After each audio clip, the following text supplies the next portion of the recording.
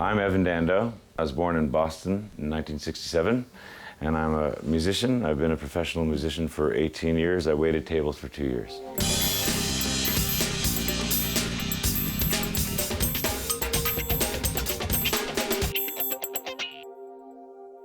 The idea of perfect happiness is, I think, a real ridiculous concept, because this world is just really mainly like misery and suffering, and people that can eke out a living in something they really love are just really, really lucky.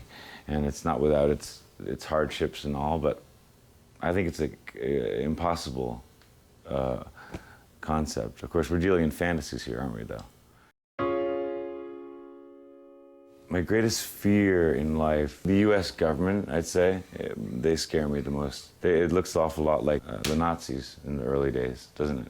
Except at least Hitler told the truth. You know, he wasn't talking about freedom and stuff. He was talking about, we got to kill the Jews. George Bush scares me a lot. All those older guys, too, Dick Cheney and all those people.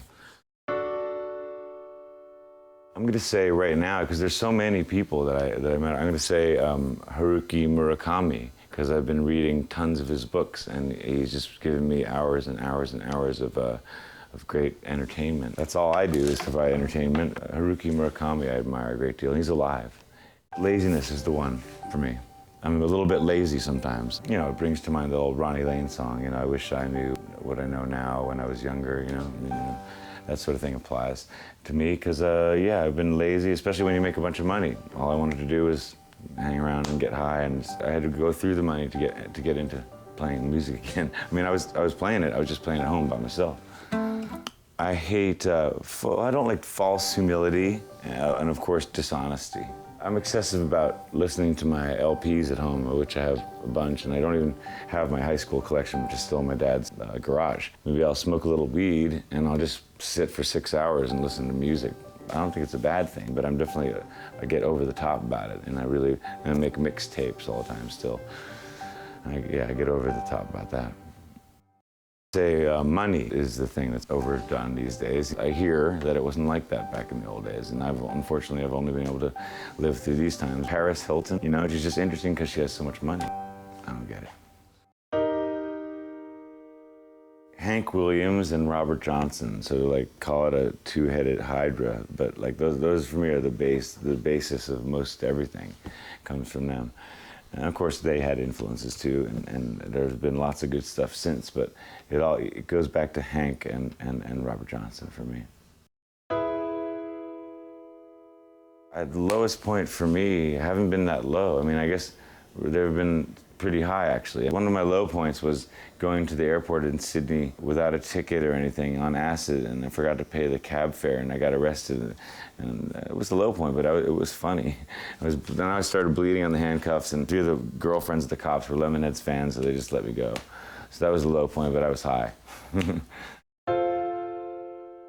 I've got a 1930 tenor Gibson 4-string. I've got a 1932 Martin tenor guitar, which 4 strings. Things that I own, my most treasured are my guitars.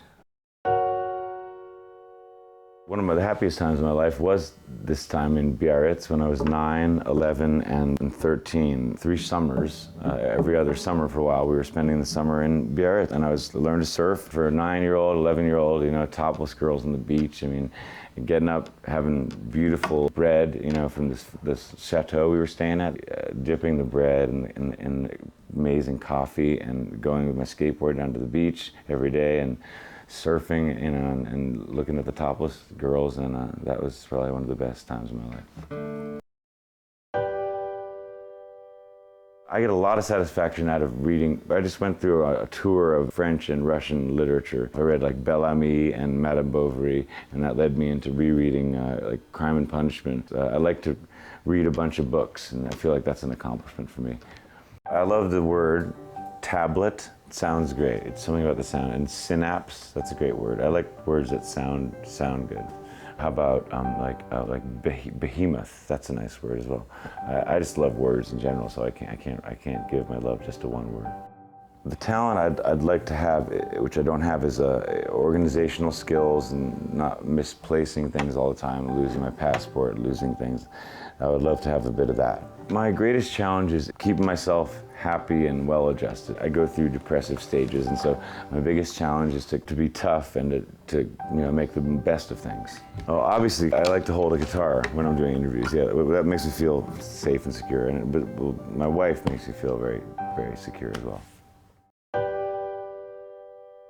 I would never want to be a businessman, a banker, a lawyer, or anything, Indian chief either. I wouldn't like to sit behind a desk. I don't want to sit behind a desk. I don't want to do what I want to do. I want to be my own boss. So I got a tall order there, but luckily so far I'm hanging on to it. I started playing when I was 10. Guitar, like all the Beatles songs, like learning all the chords. I had the book, learning all the Beatles songs, and then I was like, I loved playing. So I was about 15, 16 and started listening to jazz and classical, and I was like, I couldn't play that stuff on the guitar, and I gave up for a while. I gave up for a year, and then it was hardcore punk rock. Black Flag, the Angry Samoans, Minor Threat. I could do that, and so then I picked the guitar back up again. Then it was straight on to, we played our first show in '86, August 18th. So the fork in the road for me, getting back into guitar and music, was hearing these new music, like this hardcore punk rock music, Black Flag, Minor Threat. It's funny because everyone thinks I'm real unintelligent, real bimbo, like a himbo, whatever, I don't know, because I did the whole 50 most beautiful people in the world thing. I actually did it. They called me up and they voted me in '93 one of the 50 most beautiful people in the world, and that'll like mess up your music career, and it did with me, because I don't think anyone took me seriously after that. And they thought I was a ditz or something because I was allegedly handsome or something. I'm feeling a little better now because I think my voice is coming back. I was anxious about the show tonight because of my voice, but my state of mind is like full rockets, blasting forward, and I'm about to go on vacation for a month. So I'm very happy. I have 4 more shows, and I'm going to Costa Rica for a month with my wife. My motto is always tell the truth. It's easier to remember.